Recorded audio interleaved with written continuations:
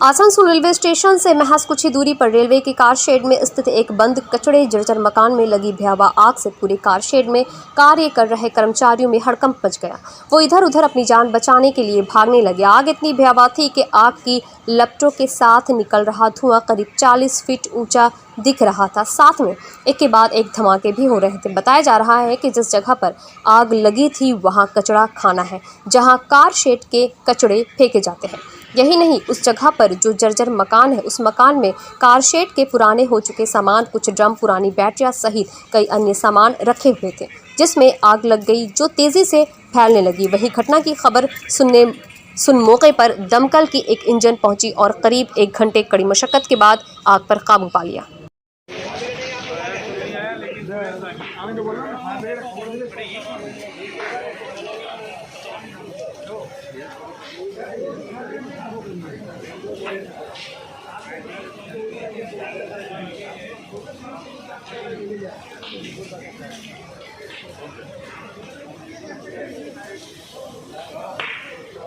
हाँ, ट्रांसफर होगा। तो समझ जाएंगे। हमारा रिपोर्टर है सर।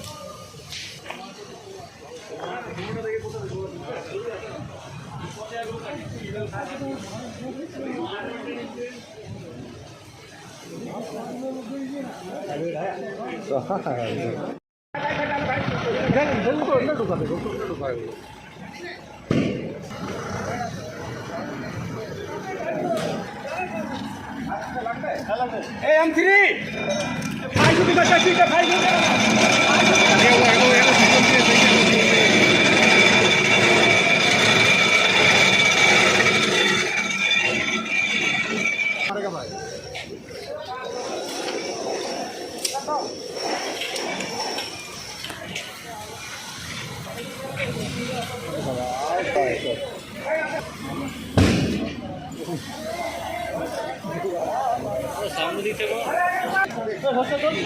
होता दो अपना लोग भी चलो अरे हाथ लगाओ, अरे हाथ लगाओ यार, हाथ लगाओ।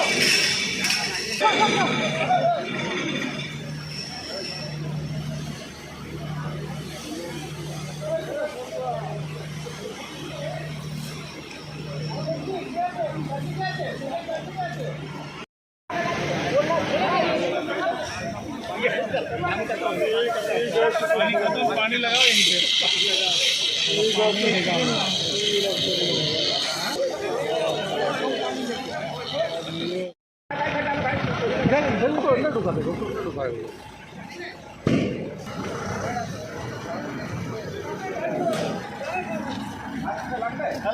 M3 फाइव की बच्चा सीट है, फाइव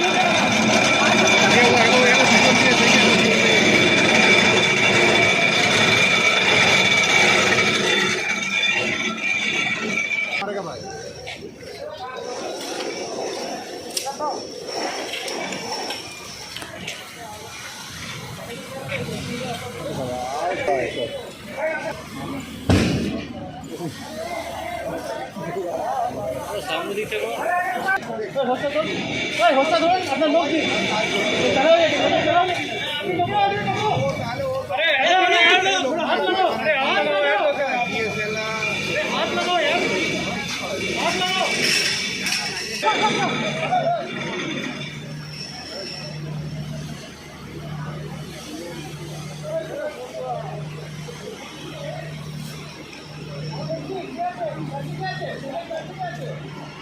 लोकल स्टेट में तो आगे लगने का खबर मिलने के साथ साथ हम लोग आसनसोल फायर ब्रिगेड से फायर को हम लोग पहुँच चुके हैं। इस जगह में देख पा रहे हैं कुछ वेस्टेज ड्राम में भी यूज़ किया हुआ ऑयल या फिर ऑयल आर्टिकल्स है, उसमें आगे लगने से धुआं का बहुत सृष्टि हुआ है।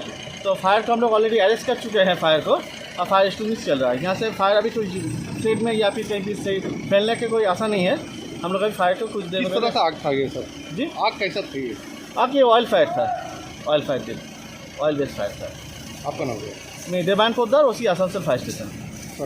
रानीगंज थाने के अंतर्गत फाड़ी के निकट स्थित कालीबाड़ी में 48 घंटे का हरिनाम संकीर्तन किया गया। इसके साथ ही भंडारे का आयोजन किया गया, जहां सभी कोरोना नियमों का पालन करते हुए 1000 से 1200 लोगों को खिचड़ी भोग खिलाए गए। इस संदर्भ में हरिद्वार से आए पुरोहित शत्रुघ्न महाराज ने बताया कि 1960 साल से ये आयोजन होता आ रहा है। पहले उनके पिताजी किया करते थे, लेकिन अब वो इसका आयोजन करते हैं। पहले ये 24 घंटे का हरिनाम संकीर्तन हुआ करता था, लेकिन जब से उन्होंने इसकी जिम्मेदारी संभाली है, ये 48 घंटे का हो गया है। उन्होंने कहा कि वो हर साल 31 दिसंबर को हरिद्वार से आते हैं और 31 जनवरी तक रहकर फिर हरिद्वार लौट जाते हैं। वहीं इस हरिनाम संकीर्तन के आयोजकों में से एक व्यक्ति ने कहा कि हर साल की तरह इस साल भी हरिनाम संकीर्तन, खिचड़ी भोग आदि का आयोजन किया गया। उन्होंने कहा कि खिचड़ी, सब्जी आदि का सेवन करवाया जाता है। एक अनुमान के अनुसार 1000 से 1200 लोगों को खिचड़ी का भोग खिलाया जाता है। रानीगंज से जाहिद अनवर की रिपोर्ट। 1960 से चल रहा है, 60 से चलते आ रहा है। उसके पहले बाबा थे, बाबा वहाँ वो बाबा चलाए। अच्छा, किस लिए होता है ये, किस ये उपलक्ष्य पर? अखंड कीर्तन के तौर पर ये भंडारा होता है। ये भंडारा हो रहा है। हाँ। कितना दिन कीर्तन होता है? कीर्तन 48 घंटा का होता है। अच्छा, 2 दिन का। पहले बाबा 24 घंटा के कराते थे, जब से हम बैठे हैं तब से ये 48 घंटा का चालू हुआ है। मतलब 2 दिन का लगातार? हाँ, 2 दिन। 2 दिन। अच्छा। 48 घंटा कीर्तन होता है, हरे कृष्ण हरे राम। उसके बाद यह भंडारा का आयोजन किया जाता है। हाँ। अच्छा, किस समय में आते हैं आप लोग, किस समय में? 31 दिसंबर के आते हैं और 31 जनवरी में चले जाते हैं। कहाँ से आते हैं? आते हैं हरिद्वार से, अब घूमते फिरते फिर हरिद्वार चले जाते हैं। आपका नाम? शत्रुघ्न महाराज। शत्रुघ्न महाराज। কীর্তন হয়, তারপরে আমরা সবার সেবা করে প্রসাদে খিচুড়ি, চাটনি, সবজি, পায়েস এসব ইত্যাদি করে মায়ের পুজো করে এই যাত্রা শেষ করি। আন্দাজ কত সংখ্যক লোককে এরকম ভোগ খাওয়ানো হয় আর কি? হাজার থেকে 1200 লোক। আচ্ছা, ওই হরিদ্বার থেকেই আসে। আপনার নাম পরিচয় বলুন। আমার নাম অনিল সরকার। আপনার নাম? আমার নাম অসিত সিং। आज advance society for headmaster and headmistress association की तरफ से पश्चिम बर्धमान जिले के DI दफ्तर को प्राथमिक स्कूल खोलने की मांग सहित 14 सूत्री मांगों के समर्थन में एक ज्ञापन सौंपा गया। उनकी मांग थी कि कोरोना के सभी नियमों का पालन करते हुए सभी स्कूल खोले जाएं। इसके साथ ही रूठियाई से शिक्षकों के रोस्टर को भी और ठीक करने की मांग की। किसके साथ है प्रोविडेंट फंड के लोन को जल्द से जल्द क्लियर करने की भी मांग की गई। साथ ही PTI को दुर्गापुर में भी नियमित रूप से बैठने के लिए अनुरोध किया गया। इस तरह की 14 मांगों के समर्थन में आज ये ज्ञापन सौंपा गया। পশ্চিম বর্ধমানে গড়াই সরস্বতী মন্দির শিক্ষানিকেতন হাই স্কুলের প্রধান শিক্ষক এবং একই সঙ্গে advance society for headmasters and হেডমিস্ট্রেসের দুর্গাপুর সাব ডিভিশনের সভাপতি। আমাদের যেটা প্রশ্ন, যে স্কুল খোলা নিয়ে কি বলছেন? আপনারা তো ডিআই এর কাছে এসেছেন। আমরা অবশ্যই চাই স্কুল খোলা, কারণ অলরেডি 9 to 12, 9, 10, 11, 12 ভ্যাকসিনেশন আমরা খুব সফলভাবে করেছি। তার ফলে ওই 4টে ক্লাসের ব্যাপারে আমাদের কোনো সমস্যা নেই। ওই 4টে ক্লাস যেমন আগে শুরু হয়েছিল, এটা আসুক, আমরা চাইছি খুব তাড়াতাড়ি এটা শুরু হোক। গোটা রাজ্য জুড়ে চতুর্দিকে স্কুল খোলার জন্য আন্দোলন চলছে, আপনারাও অবশ্যই কি করবে, কারণ জানাবেন? হ্যাঁ, আমরা বলি এটা আমি একটা খুব প্রান্তিক গ্রামে প্রধান শিক্ষক স্কুলের। সেই গ্রামে SC/ST বেশি আছে। তা আমার ছেলেমেয়েদের আমি দেখছি তারা 2 বছর যেহেতু পড়েনি, তারা পড়াশোনার ন্যূনতম যে কাজকর্ম তার থেকে বিচ্ছিন্ন হয়ে গেছে এবং তারা মোবাইল অ্যাডিক্ট হয়ে গেছে। তাদেরকে ফর্ম ফিল আপ করাতে, মাধ্যমিকে ফর্ম ফিল আপ করাতে আমাকে খুব বেগ পেতে হয়েছে তাদের বাড়ি বাড়ি গিয়ে অভিভাবকদের বলে। তাহলে এই যে স্বাভাবিক কাজকর্ম, সেই স্বাভাবিক কাজকর্মগুলো ছাত্রছাত্রীরা ভুলে গেছে, তাদের সচেতনতার অভাব ঘটে গেছে। এই জন্য আমি মনে করি অতি শীঘ্র আমি চাইবো যে আগামী ফেব্রুয়ারি থেকেই যেন চালু হয়। রাজ্য জুড়ে যে আন্দোলন চলছে স্কুল খোলা নিয়ে, বিকাশ ভবন থেকে শুরু করে বাঁকুড়া, পুরুলিয়া আরও বিভিন্ন জায়গায়, আমি তার সঙ্গে সহমত। আপনাদের অ্যাসোসিয়েশন সহমত? আমাদের অ্যাসোসিয়েশন, আমাদের রাজ্যব্যাপী, এবং আমরা পশ্চিম বর্ধমান জেলা কমিটি থেকে আমরা এটা চাই যে এটা তাড়াতাড়ি স্কুল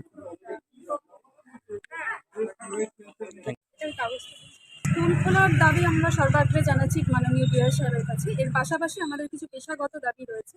আমরা পশ্চিম বর্ধমানের DI করেছেন ওনার কাছে সেগুলো নিয়ে আজকে হাজির হয়েছে। প্রথম দাবি একটা চলছে রোস্টার অফ অ্যাপয়েন্টমেন্ট, যেটা অথেন্টিকেশনের কথা বলা হচ্ছে। সেখানে যে জিনিসটা আমাদের থেকে চাওয়া হয়েছে সেটা হলো যে upper primary, secondary, higher secondary এগুলোর একটা বিভাজন। এটা পুরোটাই ভার্বালি আমাদের বলা হচ্ছে। আমরা চাইছি যে আমাদের কাছে একটা লিখিত নির্দেশিকা দেওয়া হোক যে কিসের বেসিসে আমরা এই বিভাজনটা করব। কারণ যখন শিক্ষক বা শিক্ষিকা রিক্রুটমেন্ট হয়েছিল তখন আমরা normal section and HS section দুটো ক্যাটাগরিতে পেয়েছিলাম, কিন্তু আজকে আমাদের কাছে তথ্য চাওয়া হচ্ছে যে সেটা 3টে ভাগে ভাগ করে দেওয়া, আপার প্রাইমারি, সেকেন্ডারি ইত্যাদি। এইটার ব্যাপারে আমরা একটা পরিষ্কার লিখিত নির্দেশিকা বা অর্ডার সরকার পক্ষের কাছে দাবি করছি।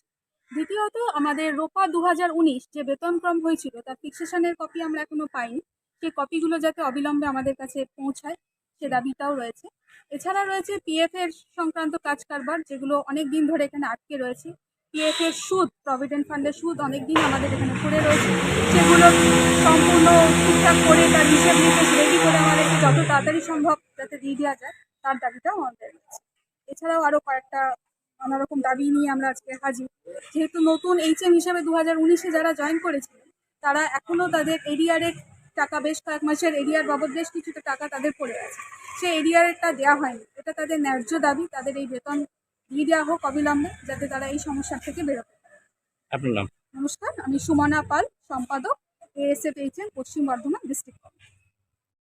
आसनसोल नगर निगम चुनाव को लेकर वार्ड नंबर 66 के बलतोड़िया स्थित ऊपर धौड़ा में भाजपा ने किया कर्मी सभा, जहां काफी संख्या में भाजपा समर्थक महिला पुरुष उपस्थित थे।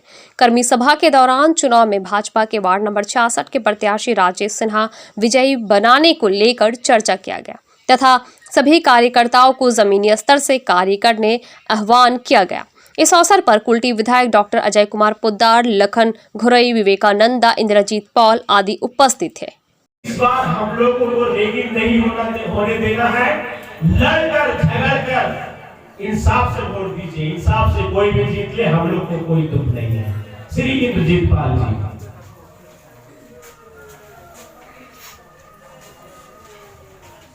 धन्यवाद। हमारे संगे सबाई करे हम उच्च करे बोल भारत माता की जय, भारत माता की जय। মঞ্চে উপস্থিত আমাদের আসানসোল জেলার সচিব রামানন্দ পাঠক মহাশয়, উপস্থিত জেলার নেত্রী প্রিয়ঙ্কাদি, উপস্থিত আমাদের এই মণ্ডলের সহসভাপতি পিন্টু কুমার, উপস্থিত আমাদের এই ওয়ার্ডের প্রত্যাশী এবং যাকে উদ্দেশ্য করে আমাদের